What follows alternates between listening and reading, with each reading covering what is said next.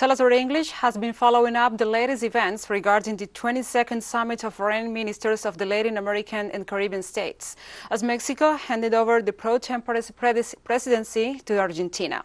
This is a key moment that could settle the political path for the region in 2022. To discuss more on the matter, we now receive Arnold August, who is a political and social analyst specialized in Latam politics. We welcome Arnold. Thank you very much for having me once again. Okay, it's always a pleasure to have you here. So, with no doubts, Latam political panorama has changed. Let's remember Chile, Honduras, Nicaragua, and Venezuela's elections that were a clear rejection of neoliberalism and a stance more favorable to center-left positions. Also, we have seen cooperation amongst Latam nations during the pandemic, as Mexico, Argentina, Cuba, and Venezuela holding a brotherly hand to other nations. How this prelude comes into play with this 22nd Select Summit and its new guidelines under Argentina's pro tempore presidency? I think that it played out in many ways. I would like to notice one specific point, that all of the participants, irrespective of their political orientation today in Argentina, they all expressed thanks to Mexico for its leading role as the pro tempore presidency. Well, one might say, well, it's normal. Everyone will congratulate Mexico. But we have to keep in mind what happened last September 2021 when the Mexican president made two very specific, important points. One, he really called out the U.S. blockade against Cuba and even proposed that Cuba should be like a model for solidarity and recognized as such on the world scale. Now, secondly, in September 2021, he also personally invited the president of China. And the president of China's message to the SELAC at that time was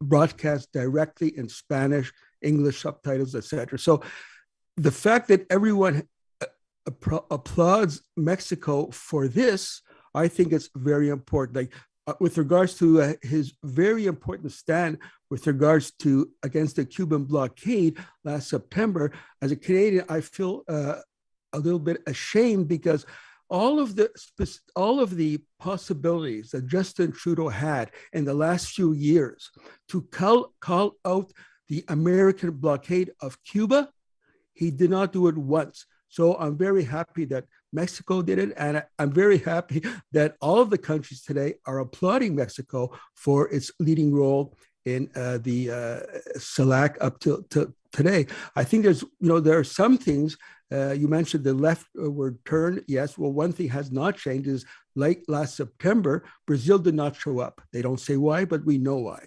And as a positive thing is, we recall last September, Uruguay made a very provocative statement when the heads of states were there against Venezuela, against Cuba, and they were called out by Maduro and Miguel Diaz-Canel, these two presidents.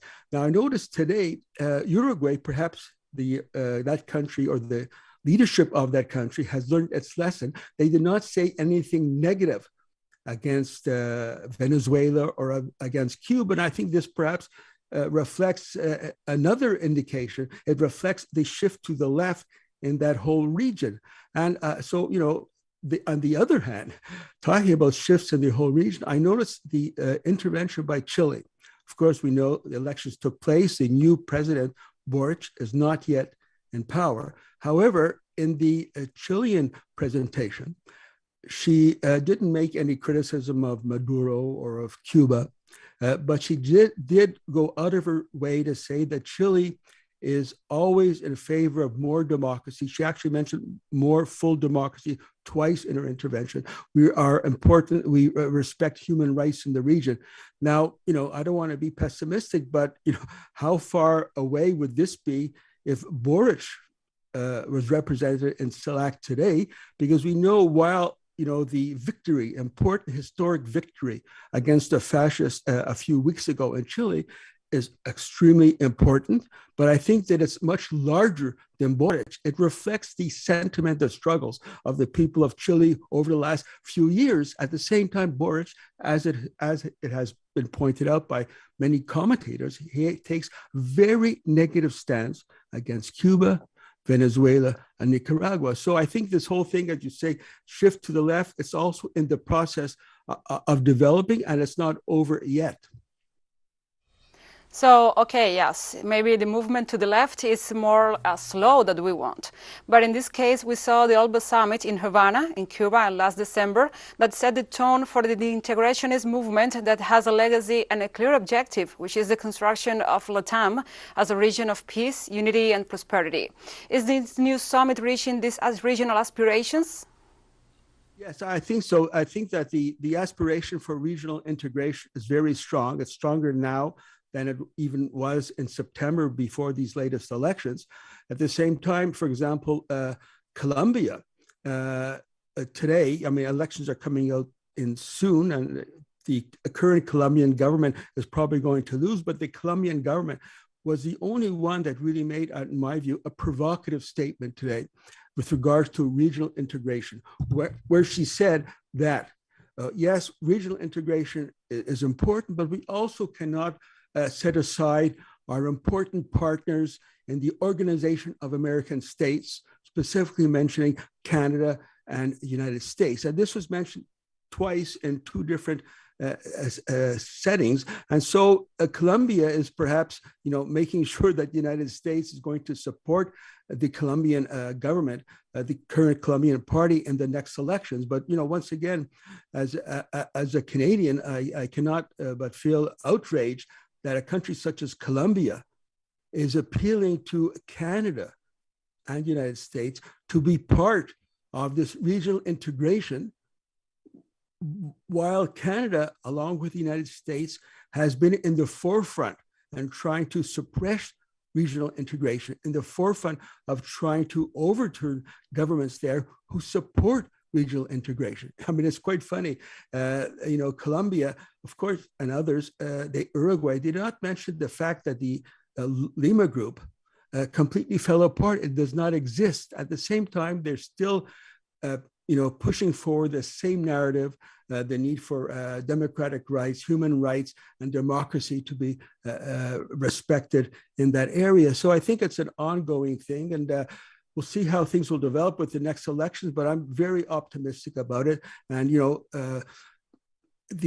Brazil, as I mentioned, they were not there last September. They were not there today, but hopefully with Lula winning the next elections, they will not only be there, but they will bring a very important historical, traditional voice to CELAC, which will make it even more solid in terms of its orientation towards regional integration. Yes, indeed. So Mexico had to face unexpected during its presidency because of the pandemic. Which are the challenges Argentina must bear and overcome now that holds its presidency also? I watched all the speeches, as you probably did, and there's one common factor amongst others is the need for all the countries to work together in order to provide vaccines and other methods to try to stop the pandemic in the region. And so, it shows that, once again, that the regional integration is important, because we know, I think, at least one or two countries, thanks specifically Cuba, for its development of its vaccines, and that are being given to the countries in that area. So Argentina, it's the fault of the current government, but the Argentina, as the current, rotating president of CELAC, has to face the increasing danger of pandemic. And we know, whether it's in Cuba, Canada, especially, and other countries, United States, it's not going away. It's still there, unfortunately.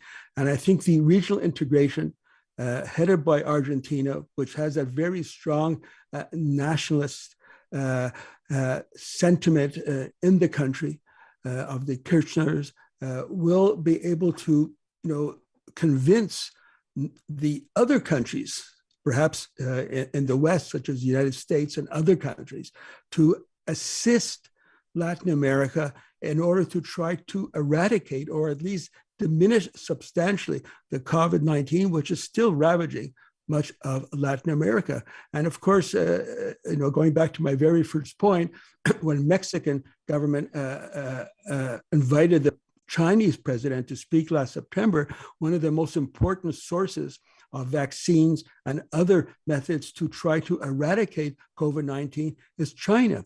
And I think CELAC is very fortunate to have governments that went out of their way to forge links with China at the very time now, especially over the last 6 months, 1 year, when there's a major new Cold War being led by the United States and its allies, including Canada, by the way, against China. But China is there, and everyone, more and more people can see, well, how China is playing a very positive role internationally, and they're not in it for money. They're giving these vaccines for free.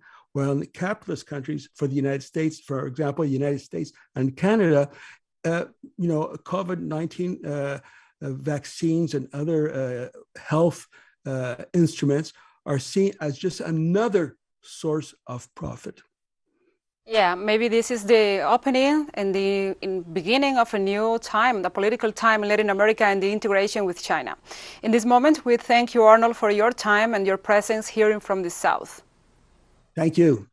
It's always a pleasure. We were talking to